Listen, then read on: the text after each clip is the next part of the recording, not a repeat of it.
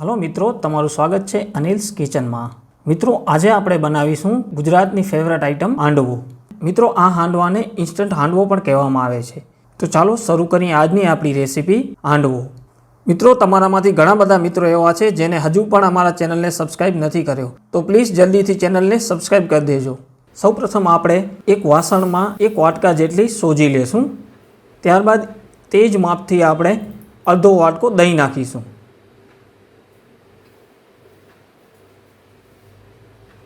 હવે આપણે આમાં અડધા વાટકા જેટલું પાણી નાખીશું। સાથે જ આપણે આમાં અડધી ચમચી જેટલું નમક નાખીશું ને આપણે આને મિક્સ કરીને મીડિયમ થીક બેટર બનાવીશું।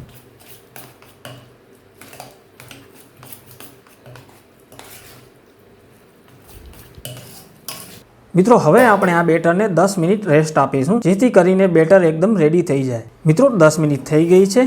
જરૂર પડે આપણે આમાં થોડુંક પાણી નાખીશું।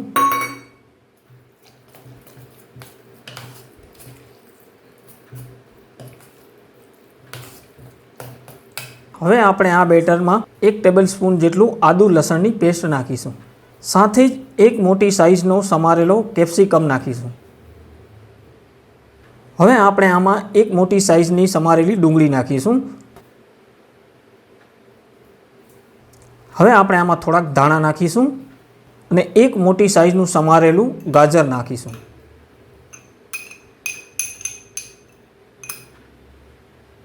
હવે આપણે આ મિક્સરને બરાબર મિક્સ કરી લેશું। મિત્રો, આ રીતે બનાવવાથી એકદમ સરસ હાંડવો બનીને તૈયાર થાય છે। આ હાંડવાનો ઇન્સ્ટન્ટ વેરિયન્ટ છે જે જલ્દી બની જાય છે। જરૂર પડે આપણે આમાં થોડુંક પાણી નાખીશું।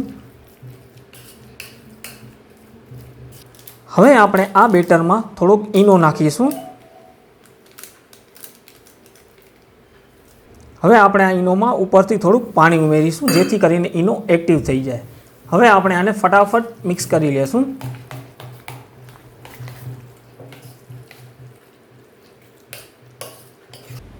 હવે આપણે હાંડવો બનાવવા માટે એક પેન લેશું ને તેમાં 2 ચમચી જેટલું તેલ ગરમ કરવા મૂકીશું।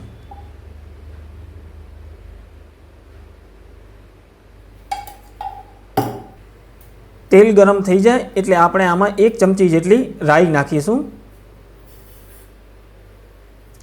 અને બરાબર ચટકવા દેશું।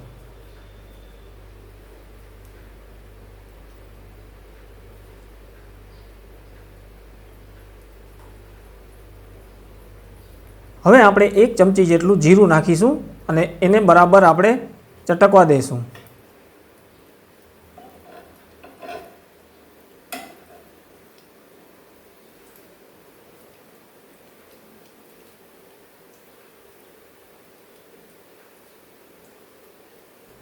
સાથે જ 1 ચમચી જેટલા તલ નાખીશું અને ઉપરથી થોડાક આપણે મીઠા લીમડાના પાન નાખીશું।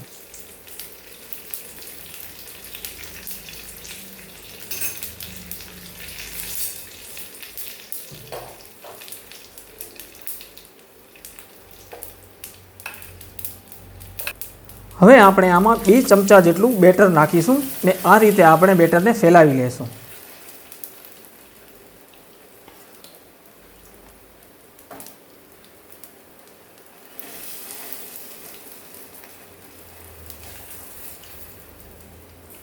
હવે આપણે આને 5 મિનિટ સુધી પકવી લેશું। આ રીતે આપણે આને ઉપરથી ઢાંકી લેશું।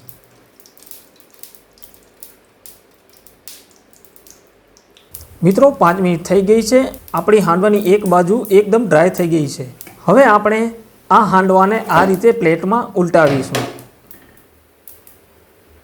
હવે થોડુંક પેનમાં તેલ નાખીશું જેથી કરીને બીજી બાજુ પણ હાંડવો ચોટે નહીં।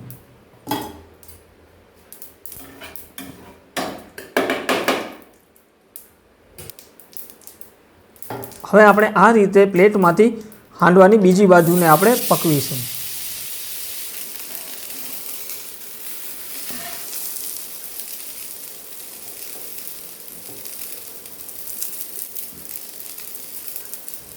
મિત્રો, આને પણ આપણે 5 મિનિટ જેટલું કૂક કરવા મેળવીશું।